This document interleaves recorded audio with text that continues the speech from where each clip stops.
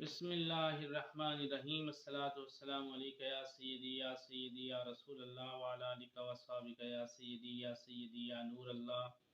محترم سامعین، السلام علیکم ورحمۃ اللہ وبرکاتہ۔ پروگرام فیضان رمضان میں ایک مرتبہ پھر ہم آپ کو خوش آمدید کہتے ہیں۔ آج ہم چوتھے پروگرام کے ساتھ 4 رمضان کو آپ کی خدمت میں حاضر ہیں۔ آج کا جو ہمارا موضوع ہے وہ فیضان تراویح ہے۔ اس کو موضوع کو آغاز کرنے سے پہلے درود شریف کی فضیلت سماعت فرمائے۔ امیر المومنین حضرت سیدنا عمر فاروق رضی اللہ تعالیٰ عنہ آپ نے فرمایا، دعا آسمان اور زمین کے درمیان معلق رہتی ہے، اس میں سے کچھ بھی اوپر نہیں چڑھتا، یعنی دعا قبول نہیں ہوتی جب تک تو اپنے نبی صلی اللہ علیہ وسلم پر درود نہ بھیجے۔ جامع ترمذی جلد دوسری صفحہ 28، حدیث نمبر 486 ہے۔ صلو علی الحبیب صلی اللہ تعالی علی محمد، الصلاۃ والسلام علیک یا رسول اللہ وعلی آلہ وصحبہ یا نور اللہ۔ سنت کی فضیلت۔ تراویح کی سنت میں شامل ہے۔ اللہ کے پیارے رسول صلی اللہ علیہ وسلم سیدہ آمنہ کے گلشن کے مہک پھول صلی اللہ علیہ وسلم کا فرمانے جنت نشان ہے، جس نے میری سنت سے محبت کی اس نے مجھ سے محبت کی، اور جس نے مجھ سے محبت کی وہ جنت میں میرے ساتھ ہوگا۔ جامع ترمذی میں یہ حدیث موجود ہے۔ رمضان المبارک وہ مہینہ ہے، تراویح سنت مؤکدہ ہے۔ اس میں تراویح کی نماز پڑھنی 20 رکعت سنت مؤکدہ ہے، اور کم از کم ایک بار قرآن کریم ختم کرنا سنت مؤکدہ ہے۔ ہمارے امام اعظم سیدنا امام ابو حنیفہ رحمۃ اللہ علیہ رمضان المبارک میں 61 قرآن پاک ختم فرماتے، 30 دن میں، 30 رات میں اور ایک تراویح میں۔ نیز آپ رضی اللہ عنہ 45 برس عشاء کے وضو سے فجر کی نماز ادا فرمائی۔ سبحان اللہ۔ بخاری شریف حصہ 4 صفحہ 38 پہ یہ بات موجود ہے۔ ایک اور روایت کے مطابق امام اعظم رحمۃ اللہ علیہ نے زندگی میں 55 حج ادا فرمائے، سبحان اللہ، اور جس مکان میں وفات پائی اس میں 7000 بار قرآن مجید ختم فرمایا۔ تلاوت اہل اللہ کا ایک منصب رہا ہے اور ان کا شعار رہا ہے۔ میرے اعلیٰ حضرت عظیم برکت شاہ احمد رضا رحمۃ اللہ علیہ اور امام الاعظم ابو حنیفہ رحمۃ اللہ علیہ 30 برس کامل ہر رات ایک رات میں قرآن پاک ختم فرماتے، یعنی 30 سال تک قرآن پاک ختم فرمایا کرتے تھے۔ میرے دوستو، آج چند مسائل تراویح کے حوالے سے میں آپ کے گوش گزار کروں گا۔ تقریباً 30-35 مسائل ہیں جو بڑے ہی اہم ہیں۔ کوشش کریں گے مختصر آپ کی گوش گزار کیے جائیں، اور ان مسائل کو سننے سے پہلے آپ سے ایک مؤدبانہ گزارش ہے، اس ویڈیو کو لائک کریں، شیئر کریں، اس چینل سے سبسکرائب کر دیں۔ یہ ویڈیو جتنا آپ شیئر کریں گے اس سے آپ کو بھی فائدہ ملے گا اور دوسرے مسلمان بہن بھائیوں کو بھی اس کا فائدہ ہوگا، کیونکہ اگر یہ پیغام حق سب نے سنا اور اس پہ عمل کر لیا، اس کا ثواب مجھے بھی ملے گا اور آپ کو بھی مل جائے گا۔ اللہ تعالیٰ مجھے اور آپ کو عمل کی توفیق عطا فرمائے، آمین ثم آمین۔ پہلا مسئلہ یہ ہے کہ تراویح ہر عاقل بالغ اسلامی بھائی اور اسلامی بہن یعنی مسلمان بہن بھائی پر سنت موقدہ ہے، اس کا ترک کرنا یعنی چھوڑ دینا جائز نہیں۔ تراویح کی 20 رکعتیں ہیں۔ سیدنا فاروق اعظم رضی اللہ تعالیٰ عنہ کے عہد میں یہ 20 رکعتیں ہی پڑھی جاتی تھیں۔ سنن کبریٰ بہقی میں یہ روایات موجود ہیں۔ تراویح کی جماعت سنت مؤکدہ ہے، علی الکفایہ ہے۔ سنت مؤکدہ علی الکفایہ، اگر مسجد کے سارے لوگوں نے چھوڑ دی تو سب نے برا کیا، یعنی اچھا عمل نہیں کیا، اور اگر چند افراد نے باجماعت پڑھ لی تو تنہا پڑھنے یعنی جماعت کی فضیلت سے محروم رہنے کا اسے یہ اجر ملے گا، اگر اس نے تنہا پڑھی تو جماعت کا ثواب نہیں ملے گا۔ تراویح کا وقت عشاء کے فرض پڑھنے کے بعد سے صبح صادق تک ہے۔ عشاء کے فرض ادا کرنے سے پہلے اگر پڑھ لی تو نہ ہو، یعنی فرضوں کا پڑھنا لازمی ہے۔ عشاء کے فرض پڑھ کے پھر آپ تراویح پڑھ سکتے ہیں۔ عشاء کے وتر کے بعد تراویح پڑھی جا سکتی ہے، دور مختار کتاب کا حوالہ ہے۔ جیسا کہ بعض اوقات 29 کو روز حلال کی شہادت ملنے میں تاخیر کے سبب ایسا ہو جاتا ہے۔ مستحب عمل، یہ تراویح میں انتہائی رات تک تاخیر کریں، اگر آدھی رات کے بعد پڑھیں تب بھی کراہت نہیں۔ اگر آدھی رات کے بعد بھی پڑھیں تو تراویح پڑھی جا سکتی ہے۔ بعض حضرات یہ سمجھتے ہیں کہ شاید تراویح کا وقت اتنا ہی ہے کہ آدھی رات تک پڑھیں تو اس کے بعد تراویح نہیں پڑھی. تراویح کا وقت سحری تک ہے. تراویح اگر فوت ہوئی تو اس کی قضا نہیں ہے، یعنی تراویح کی قضا نہیں پڑھ سکتے. بہتر یہ ہے کہ تراویح کی 20 رکعتیں دو دو کر کے 10 سلام کے ساتھ ادا کریں. تراویح کی 20 رکعتیں ایک سلام کے ساتھ بھی ادا کی جا سکتی ہیں، مگر ایسا کرنا مکروہ ہے. ہر 2 رکعت پر قعدہ کرنا فرض ہے. ہر قعدہ میں اتحیات کے بعد درود شریف بھی پڑھے اور طاق رکعت یعنی پہلی تیسری 5 وغیرہ میں ثنا پڑھے اور امام تعوذ و تسمیہ بھی پڑھے. جب دو دو رکعت کر کے پڑھ رہا ہے تو ہر 2 رکعت پر علیحدہ نیت کرے، اور 20 رکعتوں کی ایک ساتھ نیت کر لی تب بھی جائز ہے. یعنی اگر دو دو کر کے پڑھیں گے تو پھر آپ کو علیحدہ نیت کرنی پڑے گی. اگر آپ نے اکٹھی 20 رکعتوں کی نیت کر لی ہے، یعنی میں نے 20 ہی رکعتیں ادا کرنی ہیں، تو 20 رکعتوں کی نیت اکٹھی کر لی تو تب بھی کوئی حرج نہیں. در مختار صف جلد دوسری صفحہ 493 میں یہ بات موجود ہے. بلا عذر شرعی تراویح بیٹھ کر پڑھنا مکروہ ہے، بلکہ بعض فقہائے کرام رحم اللہ تعالیٰ کے نزدیک تو ہوتی ہی نہیں. یعنی کہ اگر کوئی شرعی عذر نہیں ہے، آپ معذور نہیں ہیں، نعوذ باللہ آپ کو کوئی بیماری، کوئی ایسا وقت نہیں ہے کہ آپ بخار میں مبتلا ہیں، تو آپ کو کوئی شرعی عذر کے بغیر تراویح بیٹھ کر پڑھنا مکروہ ہے. یعنی یہ آپ بیٹھ کر نہیں پڑھتے. اگر آپ معذور ہیں، خدا نخواستہ بیمار ہیں، بخار کی حالت میں اٹھنا دشوار ہو رہا ہے، تو آپ اس حالت میں تراویح بیٹھ کر کرسی پر بیٹھ کے یا زمین پر بیٹھ کے پڑھی جا سکتی ہے. تراویح مسجد میں باجماعت ادا کرنا افضل ہے. اگر گھر میں باجماعت ادا کی تو ترک جماعت کا گناہ نہ ہوگا، مگر وہ ثواب نہ ملے گا جو مسجد میں پڑھنے کا ہے. عالمگیری فتویٰ ہے. عشاء کے فرض مسجد میں یا جماعت ادا کر کے گھر یا ہال وغیرہ میں تراویح ادا کیجیے. اگر بلا عذر شرعی مسجد کے بجائے گھر یا ہال وغیرہ میں عشاء کے فرض کی جماعت قائم کر لی تو ترک واجب کے گناہ گار ہوں گے. نابالغ امام کے پیچھے صرف نابالغان ہی تراویح پڑھ سکتے ہیں. یہ یاد رکھیے 10-12 سال کا بچہ نابالغ ہے. کم از کم اس کا حکم 15 سال تک شریعت دیتی ہے کہ جب 15 سال کا بچہ ہو جائے گا پھر وہ بالغ ہوگا، اس وقت یہ تراویح پڑھا سکتا ہے. اگر اس سے چھوٹا ہے تو پھر صرف نابالغان یعنی بچوں کو ہی پڑھا سکتا ہے.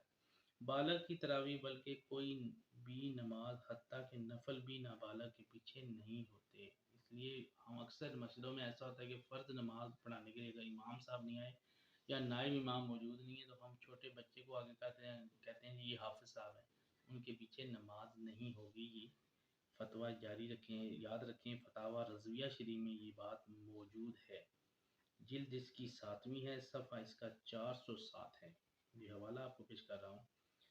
تراویح میں پورا کلام پڑھنا اور سننا سنت موقدہ ہے. اگر باشرائط حافظ نہ مل سکے یا کسی وجہ سے ختم نہ ہو سکے تو تراویح میں کوئی سی بھی صورت پڑھ لی جائے. اگر چاہیں تو علم تارا سے والناس 2 بار پڑھ لیجیے. اس طرح 20 رکعتیں یاد رکھنا آسان رہے گا. اگر قرآن پاک کے حافظ صاحب نہیں ملے تو 20 رکعتوں میں سورۃ علم تارا کیفہ سے لے کر والناس تک 2 بار پڑھنا. عالمگیری جلد میں یہ بات موجود ہے. ایک بار بسم اللہ الرحمن الرحیم جہر کے ساتھ یعنی اونچی آواز سے پڑھنا سنت ہے، اور ہر سورت کی ابتدا میں آہستہ پڑھنا مستحب ہے. ختم تراویح میں 3 بار قل ہو اللہ شریف پڑھنا مستحب کہا نزدیک بہتر ہے. ختم کے دن پچھلی رکعت میں علم تارا سے لے کے مفلحون تک پڑھے. یعنی کہ جس دن قرآن پاک ختم کرنا ہے یا تراویح ختم کرنی ہے وہ اس طریقے کے ساتھ پڑھے. علم تارا کیفہ 3 دفعہ سورہ اخلاص پڑھے، پھر اس کے بعد ختم قرآن میں الف لام میم سے لے کر مفلحون تک پڑھے. اگر کسی وجہ سے تراویح کی نماز فاسد ہو جائے تو جتنا قرآن پاک ان رکعتوں میں پڑھا تھا ان کا اعادہ کرے کہ ختم قرآن میں نقصان نہ رہے گا. امام غلطی سے کوئی آیت یا سورت چھوڑ کر آگے بڑھ گیا تو مستحب یہ ہے کہ اسے پڑھ کر پھر آگے بڑھے. الگ مسجد میں تراویح پڑھ سکتا ہے جبکہ ختم قرآن میں نقصان نہ ہو. مثلا 3 مساجد ایسی ہیں کہ ان میں ہر روز سوا سپارہ پڑھا جاتا ہے تو تینوں میں روزانہ باری باری جا سکتا ہے. 2 رکعت پڑھ بیٹھنا بھول گیا تو جب تک تیسری کا سجدہ نہ کیا ہو بیٹھ جائے. آخر میں سجدہ صاف کر لے، اور اگر تیسری کا سجدہ کر لیا تو 4 پوری کر لے، مگر یہ 2 شمار ہوں گی۔ ہاں اگر 2 پر قاعدہ کیا تھا تو 4 ہوئی۔ عالمگیری فتویٰ 3 رکعتیں پڑھ کر سلام پھیرا، اگر دوسری پر بیٹھا نہیں تھا تو نہ ہوئی، ان کے بدلے 2 رکعتیں دوبارہ پڑھے گا۔ سلام پھیرنے کے بعد کوئی کہتا ہے 2 ہوئی، کوئی کہتا ہے 3، تو امام کو یاد ہو تو اس کا اعتبار ہے، اگر امام خود بھی تذبذب کا شکار ہو تو جس پر اعتماد ہو اس کی بات مان لینی چاہیے۔ اگر لوگوں کو شک ہو کہ 20 ہوئیں یا 18 تو 2 رکعتیں تنہا تنہا پڑھ لیں۔ افضل یہ ہے کہ تمام شکوک و شبہات میں سے نکل کر قرأت میں برابر شامل ہو جائیں، اور اگر ایسا نہ کیا جب بھی حرج نہیں۔ یعنی کہ نماز میں اگر آپ کو شک پڑ جائے کہ امام سچا ہے یا ہم سچے ہیں اس طرح کا، تو دوبارہ پڑھ لینی چاہیے۔ امام و مقتدی ہر 2 رکعت کی پہلی پر سلام پڑھے، امام اعوذ باللہ اور بسم اللہ بھی پڑھے، اور اتحیات کے بعد درود ابراہیمی اور دعا بھی۔ اگر مقتدیوں پر گرانی ہو تو تشہد کے بعد اللہم سے لے کر محمد وعلی آلہ پر اتفاق کریں۔ اگر مقتدیوں کے ساتھ آپ نے نمازیوں سے مشورہ کر لیا کہ میں اللہم صلی اللہ تک پڑھوں گا، اللہم صلی اللہ محمد تک پڑھ کے سلام پھیر دوں گا، تو نمازیوں کو پریشانی نہیں ہوگی، تو آپ کی نماز ہو جائے گی۔ یعنی اگر پوری اتحیات نہ بھی پڑھیں، اللہم صلی اللہ محمد کہہ دیا تو تب بھی نماز ہو جائے گی، لیکن یہ اس صورت میں ہے کہ نمازیوں کو پہلے آگاہ کیا جائے، ورنہ پوری ہی پڑھ لینا بہتر ہے۔ اتحیات ہر 4 رکعتوں کے بعد اتنی دیر آرام لینے کے لیے بیٹھنا مستحب ہے جتنی دیر میں 4 رکعت پڑھی ہے، اس وقفے کو تراویح کہتے ہیں۔ اصل میں آپ اور ہم اس بات کو سمجھتے نہیں کہ جب ہم مسجد میں تراویح دیتے ہیں تو تسبیح تراویح جلدی سے پڑھ کے ہم فوراً اگلی رکعتوں کے لیے کھڑے ہو جاتے ہیں، تو سنت طریقہ جو ہے وہ یہ ہے کہ تراویح اتنی دیر تک قیام کیا جائے کہ جتنی دیر میں 4 رکعتیں پڑھتے ہوئے ہمیں ٹائم لگا ہے۔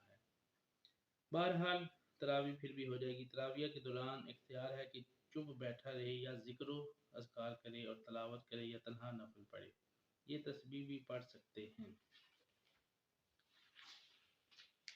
سبحان ذی الملک والملکوت، سبحان ذی العزت والعظمت والہیبت والقدرت والکبریاء والجبروت، سبحان المالک الحی الذی لا ینام ولا یموت، سبح قدوس ربنا ورب الملائکۃ والروح، اللہم اجرنا من النار یا مجیر یا مجیر یا مجید۔ تو میرے دوستو یہ تسبیح تراویح ہے جو 4 رکعتوں کے بعد پڑھی جاتی ہے۔ اگر کسی کو یاد نہیں تو وہ کوئی ذکر اذکار کر سکتا ہے، کلمہ شریف پڑھ سکتا ہے، درود شریف پڑھ سکتا ہے۔ 20 رکعتیں ہو چکنے کے بعد 5واں ترویہ بھی مستحب ہے، اگر لوگوں پر گنا ہو تو 5واں بار نہ بیٹھیں۔ یعنی اگر تراویحاں ختم ہو گئیں تو پھر بھی تسبیح تراویح پڑھی جا سکتی ہے، اگر لوگ اس کو مشکل نہ سمجھیں۔ اگر مشکل سمجھتے ہیں تو کوئی حرج نہیں، نہ بھی پڑھے۔ بعض مقتدی بیٹھے رہتے ہیں، جب امام رکوع کرنے والا ہوتا ہے اس وقت کھڑے ہوتے ہیں، یہ منافقین کی مشابہت ہے۔ چنانچہ سورہ نساء کی آیت نمبر ہے وَإِذْ قَامُوا وَإِذَا قَامُوا إِلَى الصَّلَاةِ قَامُوا كُسَالَىٰ۔ ترجمہ کنز ایمان، جب نماز کو کھڑے ہوں تو ہارے جی سے۔ فرض کی جماعت میں بھی اگر امام رکوع سے اٹھ گیا تو سجدوں وغیرہ میں فوراً شریک ہو جائیں۔ یعنی ہمارے یہاں اکثر لڑکے ایسا کرتے ہیں، بچوں جو مسجد میں جاتے ہیں نوجوان، کہ جب امام کھڑا ہوتا ہے قیام کے لیے اور رکوع جانے والا ہوتا ہے تو فوراً ہم جماعت کے ساتھ شامل ہو جاتے ہیں۔ یہ کرنا منافقوں کی نشانی ہے، قرآن پاک کی نص سے بات یہ ثابت ہے، بلکہ فوراً ہی جماعت میں شامل ہو جانا چاہیے۔ رمضان شریف میں وتر جماعت سے پڑھنا افضل ہے، مگر جس نے عشاء کے فرض بغیر جماعت کے پڑھے وہ وتر بھی تنہا پڑھے۔